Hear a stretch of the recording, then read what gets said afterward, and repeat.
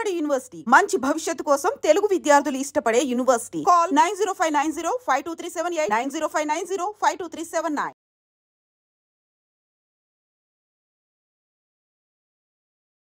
అంబేద్కర్ కోనసీమ జిల్లా రామచంద్రాపురం మండలంలో తీవ్ర విషాదకరమైన ఘటన చోటు చేసుకుంది. రాయవరం మండలం వెంటూరుకు చెందిన పిల్లి రాజు 39 సంవత్సరాల వ్యక్తి తను చేసిన అప్పులు తీర్చలేక పిల్లలిద్దరినీ బలివ్వాలనుకున్నాడు. తాను కూడా ఆత్మహత్య చేసుకోవాలి అనుకున్నాడేమో తెలియదు, కానీ ప్రాథమికంగా పోలీసులు చెప్తున్నటువంటి వివరాల ప్రకారం రామచంద్రపురంలో ఉన్నటువంటి ఒక కాలువలోకి, అక్కడే ఒక కార్పొరేట్ స్కూల్లో, పేరుగాంచినటువంటి కార్పొరేట్ స్కూల్లో ఇద్దరు పిల్లలు, సందీప్ 15 ఏళ్ల బాబు, అలాగే 6 ఏళ్ల పాప కారుణ్య, ఇద్దరు కూడా చదువుతున్నారు. వాళ్ళని నిన్న మధ్యాహ్నం 12 గంటలకు స్కూల్ నుంచి తీసుకొచ్చి ఇక్కడ రామచంద్రపురంలో ఉన్నటువంటి ఒక విలేజ్ కాలువలో అవి ఇద్దరిని తోసేయడం జరిగింది కసాయి తండ్రి. అంతలోనే ఆ పాప ఆ కాలువలో మునిగి చనిపోగా, ఆ చిన్నారి ఎవరైతే బాబు 15 ఏళ్ల బాబు 2 కిలోమీటర్లు తనను కాపాడాలంటూ ప్రాణాలు అరచేతిలో పెట్టుకుని 2 కిలోమీటర్లు ఈదుకుంటూ గజపతి నగరంలో ఉన్నటువంటి ఒక వంతెన వద్దకు చేరుకుని నన్ను కాపాడండి అంటూ ఆ పిల్లాడు పెట్టినటువంటి కేకలు వెంటనే స్థానికులు అలర్ట్ అయ్యారు. ఎక్కడి నుంచి కేకలు వినపడుతున్నాయి, పిల్లాడు ఎవడో ఏడుస్తున్నాడు అంటూ ఆ వంతెన దగ్గరకు చేరుకుని అబ్బాయిని రక్షించే క్రమంలో ట్రీట్మెంట్ కూడా ఇప్పించడం జరిగింది. స్థానిక హాస్పిటల్కి కూడా తరలించారు. అంతలోనే ఏమైంది బాబు అంటే, మొత్తం స్కూల్లో ఉన్న నన్ను, చెల్లిని మా నాన్న తీసుకొచ్చి ఇక్కడ కాలువలో తోసేశాడు, ఆ తర్వాత స్కూటర్ పైన వెళ్ళిపోయాడు అంటూ ఆ పిల్లాడు చెప్పిన మాటలు ప్రతి ఒక్కరు గుండెలను తాకాయి. అక్కడ ఎవరైతే ఈ బాబు బాధని చూసినటువంటి ప్రతి ఒక్కరు కూడా కన్నీళ్లు పెట్టుకున్నటువంటి సందర్భం ఇక్కడ చెప్పొచ్చు. ఇతను 39 సంవత్సరాలు ఉన్నటువంటి పిల్లి రాజు విలేజ్లో, మీ అందరికీ తెలిసే ఉంటుంది, విలేజ్లో హోమ్ అప్లియన్సెస్, గృహోపకరణ వస్తువులు అప్పు మీద ఇస్తూ ఆ తర్వాత నెలవారీగా వాటిని డబ్బులు వసూలు చేసుకుంటూ ఉంటారు. వీళ్ళు 2 వీలర్ పైన హోమ్ అప్లియన్సెస్ అవి అమ్ముతూ ఉండటం, తర్వాత కొంచెం అమౌంట్ ఎక్కువగా వేసుకొని నెలవారీ కట్టించుకోవటం, లేకపోతే 10 రోజులకు ఒకసారి కట్టించుకోవడం, ఈ వ్యాపారం చేస్తున్న ఇతను ఒక్కసారిగా నష్టాల్లోనికి వెళ్ళిపోయాడు. ఆ వ్యాపారంలో పూర్తిగా నష్టం రావడంతో ఆల్రెడీ తన భార్య అయినటువంటి విజయతో కూడా అప్పులు భరించలేకపోతున్నాను, నా వల్ల కావటం లేదు, ఇక మనం ముందుకు వెళ్ళలేము కాబట్టి చనిపోదామంటూ ఒక నిర్ణయాన్ని కూడా భార్య విజయతో చెప్పినప్పుడు ఆమె వారించిందంట. పిల్లలు చేతికొచ్చిన పిల్లలు ఏదో ఒక చేసి ముందుకు వెళ్దాం, అప్పులు ఏదో రకంగా తీర్చుకునే మార్గాన్ని ఎంచుకుందాం, అలా చేయకండి, వద్దండి, ఈ ఆలోచనే తప్పండి అంటూ ఆమె గతంలో కూడా ఇలాంటి డిస్కషన్ నడిచినప్పుడు వారించినట్టు కూడా పోలీసులు ప్రైమరీగా చెప్తున్నటువంటి ఇన్ఫర్మేషన్ ప్రకారం తెలుస్తోంది. అయితే ఏమి నిర్ణయించుకున్నాడో, పిల్లల మీద కక్ష సాధింపు ఏంటి అనేది ఇప్పుడు పెద్ద ప్రశ్న. మొన్న కాకినాడలో జరిగినటువంటి విషయం ఇంకా మర్చిపోకముందే అక్కడ ఇద్దరు పిల్లల్ని కూడా తను ఒక మానసిక పరమైనటువంటి సమస్యతో బాధపడుతున్న వ్యక్తి, పిల్లలు పోటీ ప్రపంచంలో ముందుకు వెళ్ళలేరేమో, పరుగు పెట్టలేరేమో, కాబట్టి వాళ్ళు వెనుకబడుతున్నారు అని చెప్పి పిల్లలిద్దరినీ కళ్ళుకి గంతలు కట్టి, కాళ్ళు చేతులు కట్టి, తర్వాత బకెట్లో నీళ్ళల్లో ముంచి చంపేసినటువంటి ఒక కర్కశమైనటువంటి తండ్రి. తాను కూడా ఆత్మహత్య చేసుకున్నప్పటికీ కూడా ఆయన చేసింది చాలా ఘోరమైన నేరంగా చెప్పొచ్చు. అంత దారుణంగా పిల్లల్ని హింసించి చంపేస్తున్నారు.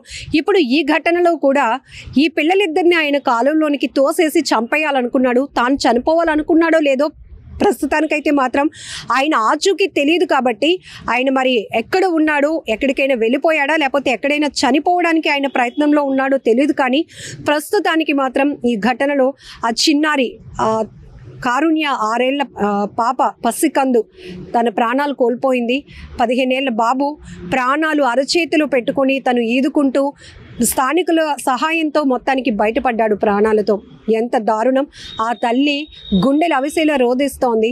అప్పటికే చెప్పాను కదండి, ఎందుకు ఇలా చేశారు, పిల్లల్ని ఎందుకు చంపాలనుకున్నారు, మీరు ఎక్కడికి వెళ్ళిపోయారు, మీరేమైపోయారు, మీరంతా లేకపోతే నా పరిస్థితి ఏంటి, అప్పులు ఎవరికి లేవు, అందరికీ ఉన్నాయి కదా, ప్రతి ఒక్కరూ చావే పరిష్కారం అనుకుంటున్నారా, కాదు కదా, ఏదో రకంగా ఈదుకుంటూ వస్తున్నారు జీవితాన్ని, ఎందుకు ఇలా చేశారు అంటూ ఆ కన్న తల్లి రోధిస్తున్నటువంటి రోదన ప్రతి ఒక్కరి గుండెల్ని తాకుతోంది, బాధ కన్నీళ్లు పెట్టిస్తోందని చెప్పొచ్చు. ఎందుకు ఇలా చేస్తున్నారు, ఎప్పటికప్పుడు ఎప్పటికప్పుడు మానసిక నిపుణులు హెచ్చరిస్తూనే ఉన్నారు. ప్రతి ఒక్కరికి ఈ మధ్య స్ట్రెస్ ఎక్కువ అవుతుంది, విపరీతమైన ఒత్తిడితో జీవితాలు ముందుకు వెళ్తున్నాయి. కానీ ప్రతి దానికి ఒక సొల్యూషన్ ఉంటుంది. పరిష్కారం లేని సమస్య అంటూ ఇక్కడ ఉండదు. దానికి ఏం చేస్తే దాన్ని అధిగమించగలుగుతాం, ఏం చేస్తే కుటుంబాన్ని కాపాడుకోగలుగుతాం. ఇక్కడ కూడా ఇప్పటికీ ఆయన అప్పుల ఊబిలో కూరుకుపోయినప్పటికీ కూడా కార్పొరేట్ స్కూల్లో చదివించమని ఎవరు చెప్పారు ఆయనకి? ప్రభుత్వ స్కూల్లో చదివించవచ్చుగా, ఫ్రీ ఫీజులే కదా.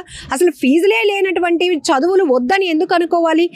కార్పొరేట్ స్కూల్స్లో లక్షలు కట్టలేక చనిపోతున్నామని అలాంటి పనికిమాలిన నిర్ణయాలు ఎందుకు తీసుకోవాలి అనేది ఇప్పుడు ప్రతి ఒక్కరూ కూడా ప్రశ్నిస్తున్నటువంటి అంశం. ఇక్కడ పోలీసులు కూడా ఇలాంటి కేసులు ఇన్వెస్టిగేషన్ చేసినప్పుడు వాళ్ళలో కూడా కాకి యూనిఫామ్లో వాళ్ళు ఎంత కర్కశంగా కనపడతారో, కేసుని డీల్ చేయడానికి నేరస్తుల పట్ల ఎంత కఠినంగా ఉంటారో, ఇలా చిన్న పిల్లల మృతదేహాలు లేకపోతే కుటుంబాలు ఇలా విచ్ఛిన్నం అయిపోతూ ఉండటం ఈ మధ్య పోలీసులు కూడా రెండు చేతులు జోడించి చెప్తున్నారు. ప్రతి ఒక్కరికి సమస్యలు ఉంటాయి. ఒకవేళ మీకు అలాంటి మానసిక సమస్య, ఒత్తిడి కానీ అప్పుల బాధ కానీ ఏమైనా ఉంటే ఒక్కసారి లోకల్ పోలీసులను అప్రోచ్ అవ్వండి, ఒక సజెషన్ తీసుకోండి. లేకపోతే విపరీతంగా మిమ్మల్ని ఎవరైనా వేధిస్తున్నారో అప్పులు తెచ్చమని దానికి ఒక సొల్యూషన్గా పోలీసులను అప్రోచ్ అవ్వండి. లేదు ఇన్ని అప్పులు అయిపోయాయి, నేను చేస్తున్న వ్యాపారంలో నష్టపోయాను, నాకు ముందుకు వెళ్ళడానికి దారి లేదు, కానీ పిల్లల్ని భార్యని ఎలా పోషించాలి నాకేం తోచలేదు అన్నప్పుడు సైకాలజిస్టుల దగ్గరికి వెళ్ళండి. జస్ట్ వాళ్ళ సజెషన్ తీసుకోండి. అక్కడ ఒక ఒపీనియన్ దొరుకుతుంది, సజెషన్ దొరుకుతుంది, సొల్యూషన్ కూడా దొరుకుతుంది. అంతేగాని పిల్లల్ని చంపి మీరు కూడా చనిపోవాలనుకోవడం ఏంటండి? అంత దారుణమైన ఘటన హైదరాబాద్లో కూడా ఇదే జరిగింది. చంద్రశేఖర్ అనే ఒక పెద్ద ఆయన పిల్లల్ని 9వ తరగతి చదువుతున్న వాళ్ళని 7వ తరగతి చదువుతున్న కొడుకు కూతుర్ని చంపేసి భార్యతో సహా ఆయన కూడా బలవన్ మరణానికి పాల్పడ్డాడు. ఈ మధ్యకాలంలో ఇలాంటి వార్తలు చెప్పాలన్న భయం వేస్తోంది. చూసే వాళ్ళకి ఇంకెంత దారుణంగా ఉంటుందో మనం ఒక్కసారి అర్థం చేసుకోవచ్చు. ఆ చిన్నారి పాప కారుణ్య 6 ఏళ్ల పసికందు ఎంత వెలువెల్లాడిపోయి ఉంటుందో. అయ్యో నాన్న మధ్యాహ్నం స్కూల్ ఇంకా నడుస్తుండగానే 12 గంటలకే తీసుకొచ్చేస్తున్నాడు, ఎక్కడికైనా తీసుకెళ్తాడేమో, ఏదైనా పార్క్కి తీసుకెళ్తాడేమో, లేకపోతే ఇంటికి చుట్టాలు వచ్చారేమో, ఇవే ఉంటాయి పిల్లలకి ఆలోచనలు. ఎందుకంటే స్కూల్ టైమింగ్స్ ఉన్నంత వరకు పిల్లలకు అలవాటుగా ఉంటుంది. కానీ మధ్యలో ఏదైనా పర్మిషన్ పెట్టి తీసుకువెళ్ళాము అంటే పిల్లలు ఎక్కువ శాతం ఆలోచించేది ఇప్పుడు మనం ఏమైనా ఊరెళ్తున్నామేమో, మా నాన్న ఎక్కడికైనా తీసుకెళ్తున్నాడా, ఎందుకు సడన్గా స్కూల్ నుంచి తీసుకెళ్ళిపోతున్నాడు అని వాళ్ళ స్కూటర్ ఎక్కినంతసేపు వాళ్ళ చిన్న మైండ్లో అదే మెదులుతుంది. కానీ ఇలా తీసుకొచ్చి కాలువలో తోసేస్తాడు అని ఆ పసికందులు ఇద్దరు కూడా గమనించలేకపోయారు. కన్న తండ్రి వాళ్ళ ప్రాణాలు తీయటానికి ఇలా సిద్ధపడ్డాడు అని కూడా ఆ పసికందులకు తెలియదు. ఏదేమైనా చాలా బాధాకరమైన విషయం. దయచేసి ఒకసారి అర్థం చేసుకోండి. ఈ మధ్యకాలంలో ఎక్కువ అప్పుల వల్ల జరుగుతున్నటువంటి బలవన్ మరణాలు చాలా బాధ పెట్టేస్తున్నాయి. ఒక్కసారి మీరు కూడా కోలుకోవడానికి ట్రై చేయండి. ప్రతి ఒక్కరిలో చాలా సమస్యలు ఉంటాయి, అప్పులు ఉంటాయి, అనేక రకాలు ఉద్యోగపరమైన ఒత్తిడి ఉంటుంది, లేకపోతే భార్యాభర్తల మధ్య ఇష్యూస్ కావచ్చు, లేకపోతే సొసైటీ నుంచి ఏదైనా ఒత్తిడి కావచ్చు, బంధువుల నుంచి కావచ్చు. అవన్నీ కూడా తాత్కాలికమైనటువంటి సమస్యలే. కానీ పిల్లల్ని చంపేసి మీరు చనిపోవాలి అనుకోవటం, ఏం సాధించాలి అనేది ఇక్కడ ప్రతి ఒక్కరూ మాట్లాడుకోవాల్సినటువంటి విషయం. అయితే కొంతమంది ఇలాంటి ఘటనలప్పుడు కూడా వాదిస్తున్నారు. మీకేం తెలుస్తుంది ఎంత ఒత్తిడి లేకపోతే అలా చేస్తుంటాడు అని? ఏం చేయడం అండి, చాలామంది కామెంట్లో పెడతా ఉన్నారు. అది కరెక్ట్ కానే కాదు. అసలు బలవన్ మరణం అనేది చాలా చెడు ఆలోచన. అలాంటిది కన్న బిడ్డల్ని చంపాలనే ఆలోచన చాలా క్రూరమైనది.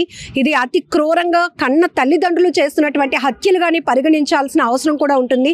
పోలీసులు కూడా ఈ కేసు విషయంలో ఒకవేళ ఆ తండ్రి బ్రతికి ఉన్నా చనిపోయే ఉన్నా కూడా అతని మీద మేము కేసు కడతామని కూడా చెప్తున్నారు. ఏదేమైనా ఒక రిక్వెస్ట్గా మీకు చెప్తున్నాం, కొంచెం స్ట్రాంగ్గా ఉండటానికి ట్రై చేయండి. ఏదైనా సమస్య ఉంటే సైకాలజిస్టులను కూడా సంప్రదించి సొల్యూషన్ తీసుకోండి.